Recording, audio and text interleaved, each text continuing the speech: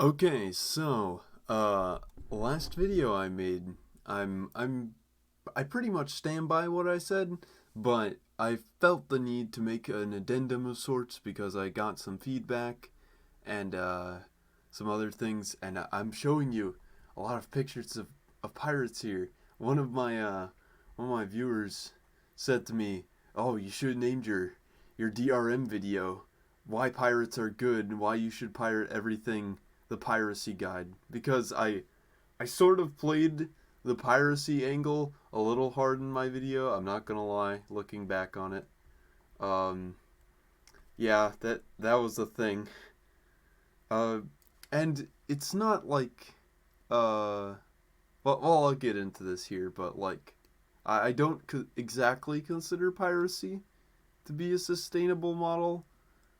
Uh, the reason I was so heavily in favor of it is because I care more about preservation and people actually seeing stuff than I do about um than the money of it all and the finances.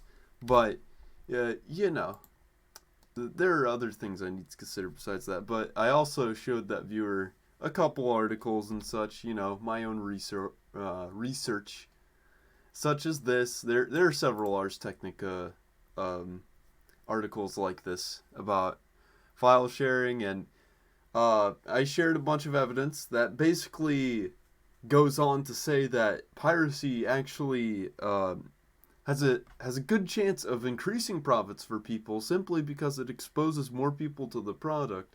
And she was like, "Oh yeah, well, I wouldn't have, I probably wouldn't have bought as many albums back in the day when people were using Napster, because like, she was able to listen to songs that she normally couldn't have, right?" And then she was like, "Oh well, maybe I'll ask for this for Christmas or something."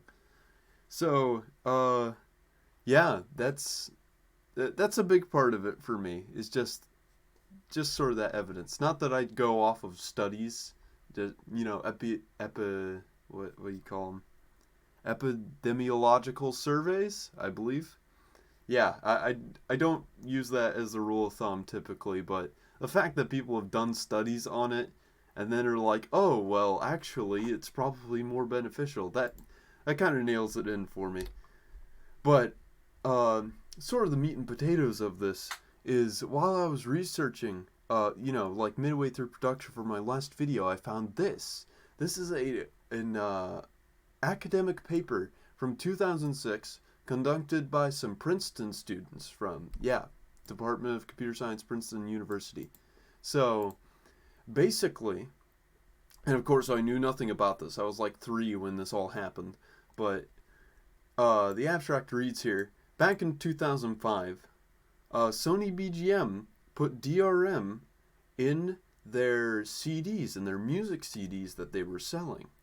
And it turned into this little case study here. That there was a ton of backlash. Of course, people figured this out, and it, basically spyware, all that, and it was discovered by a one Mark Rusnovich.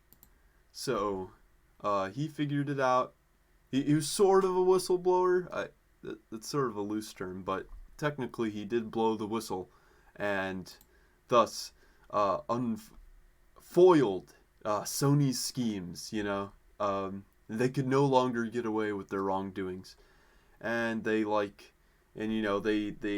damage controlled hard, and they were like, "Oh, send people uninstallers so they can." Because this was back in the day before broadband internet was fully accepted. It was just starting to take off. Like this was still at the point where people were like, "Oh, the internet's a fad. The internet's a joke. It's a bubble," and they're going on about the .com bubble. What I'm saying is, internet was very different like 10 plus years ago. Anywho, the so yeah, they had to distribute those uninstallers, and we'll get to those.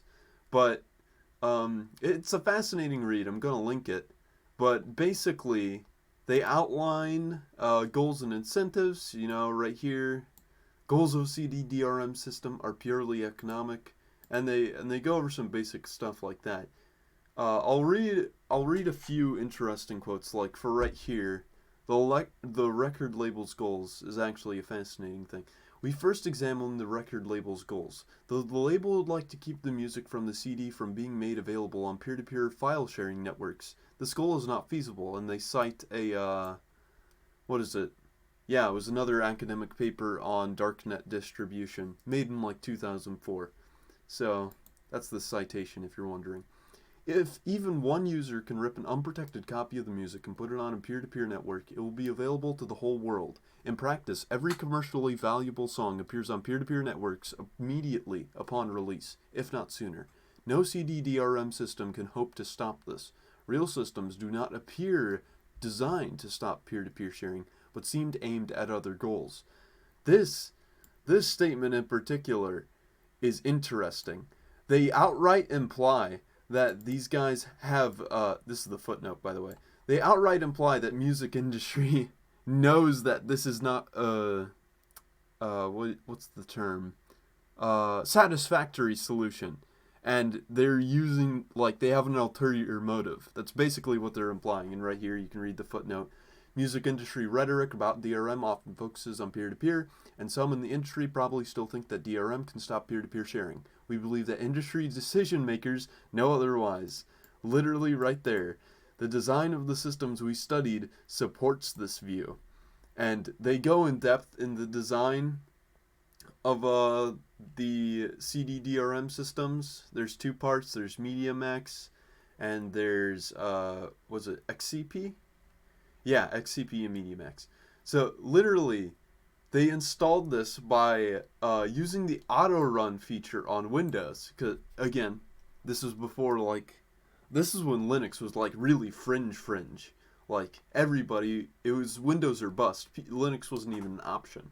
So Autorun, and basically, as soon as you click that end user license agreement, it would immediately install the DRM on your system without you knowing it, which obviously is very questionable, right? It's not great, and there's like, and again they go in depth. I'm not really too interested in this. It is interesting. It's not too hard. They literally show there's like a watermark system, right, made up of bits, and they literally made a program to detect, embed, and remove the watermark just to show how bad it was. Obviously, pretty funny.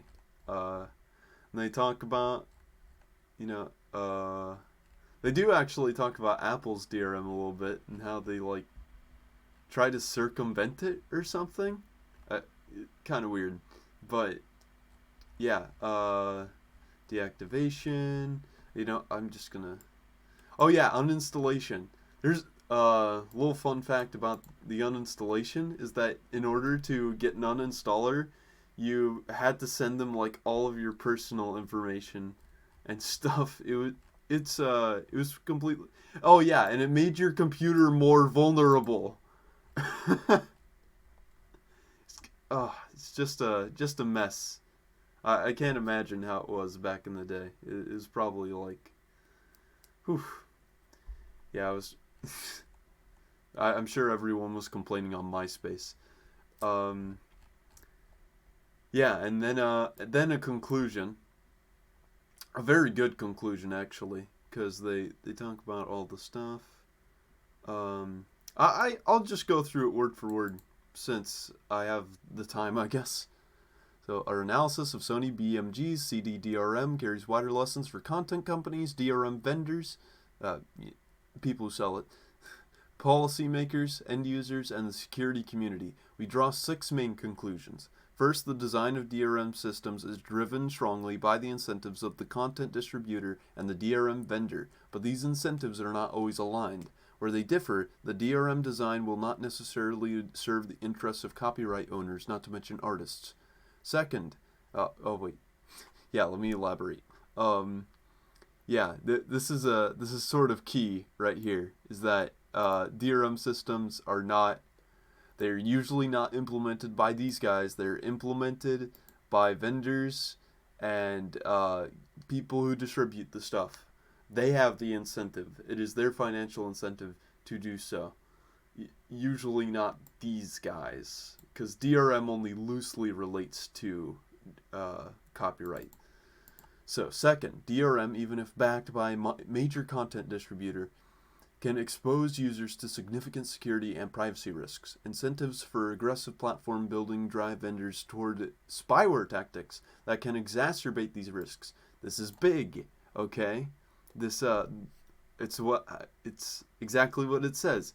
That their incentives do not align with people keeping their computers and therefore their security and privacy safe.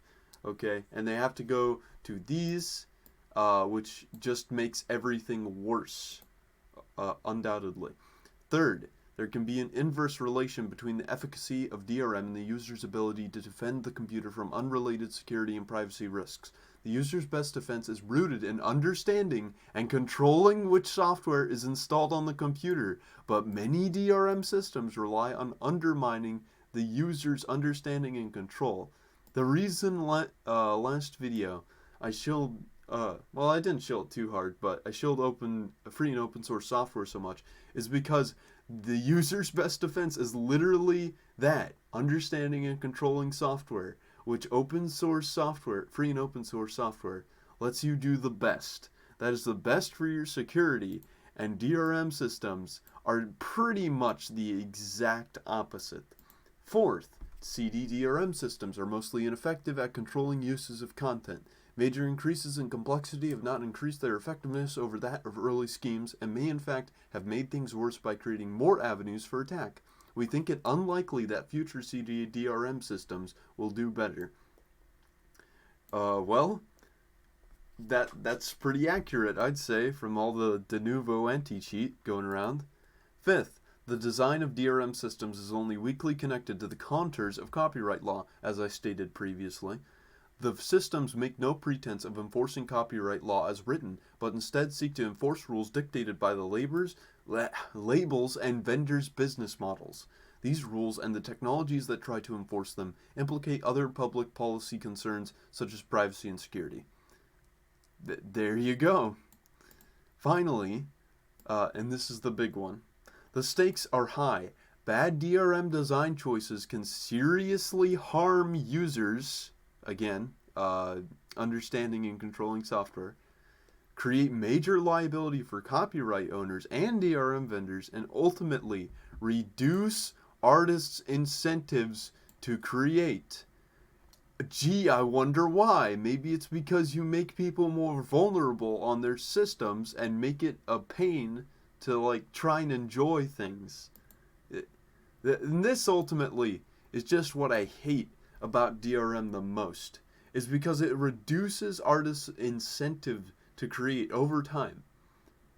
Because we just have to make everything a big fuss and you have to do it our way. And, and then not as many people get to see it. And, thus, artists don't get as popular, thus less incentive to create. Or, that's the way I see it. Maybe that's a little abstract, but that's basically, in a nutshell, how I see it. Now, I didn't want to just leave off on that note, because I actually do care about, like, preserving stuff. So I'll just point out, I'll link this article too. It's by Jacob Smith. He does a little blog, and he had this interesting idea for open source DRM, which makes me want to vomit a little just saying out loud. But he basically proposes that we'd have that the DRM would basically be kind of like a new privacy guard, if you're familiar with that. Whenever a user purchases, I'll just read it. Whenever a user purchases a digital book, movie, or album, they will be able to download an encrypted file containing whatever media they purchased. The user's account would also be added to the list of accounts who own that piece of media and would be kept on a server ran by the copyright holder. So, there's more to it. But he basically tries to propose having DRM, but also having privacy and respecting users and sticking to Le Unix philosophy, which I mean, yeah, that's fair. Yeah, it's not perfect. He does go over some stuff like offline use, sharing, selling, end of copyright. Um, and then he goes, of course, this is not perfect, but at least it is something. This is the most sensible approach I've seen someone take to try and get a middle ground here, because um, yeah, we need to, like, we want to share it with other people. We want to use it offline. We want to, we don't want it to be locked away forever. But also, people need to make money and whatnot. And this is the best solution I've come across. So be sure to read it if you're at all interested. And yeah, I guess that's basically it. Um, just food for thought, all right? We don't have to have to spy on everyone just to make sure that, like, I don't know, publishers get their money or whatever. There are more sensible routes of going that way. And I hope, like, with enough influence and maybe spread the word enough, we can find better solutions. Please and thank you. Thank you for watching. If you have any questions, let me know. I'd be happy to try and answer them as I may. If you got any criticism, like me stuttering over my words a lot, much appreciated. Constructive criticism, of course. And, yeah. So, just keep level heads, stay safe. I'll see you later.